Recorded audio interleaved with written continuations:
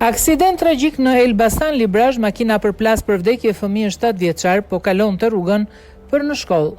Mëngjesin e sotëm një aksident i rënd u regjistrua në fshat Ymengel në Elbasan, ku ka humbur jetën një fëmijë 7 vjeçar i mituri u përplas për vdekje nga një automjet që drejtohej nga 61 vjeçari Petro Bozo në rrugën Elbasan Librazh, teksa mësohet se ngjarja ka ndodhur pranë një shkolle.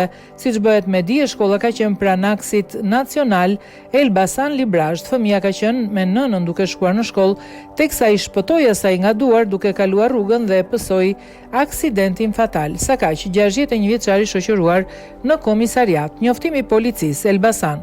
Informacion paraprak rreth orës 08 në aksin rrugor Elbasan Librazh, automjeti me drejtues shtetasin PB 61 vjeç ka përplasur një fëmijë rreth 7 vjeç i cili si pasojë ka humbur jetën.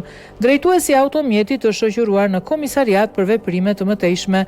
Grupi hetimor ndodhet në vendngjarje dhe po punon për zbardhjen e rrethanave të aksidentit.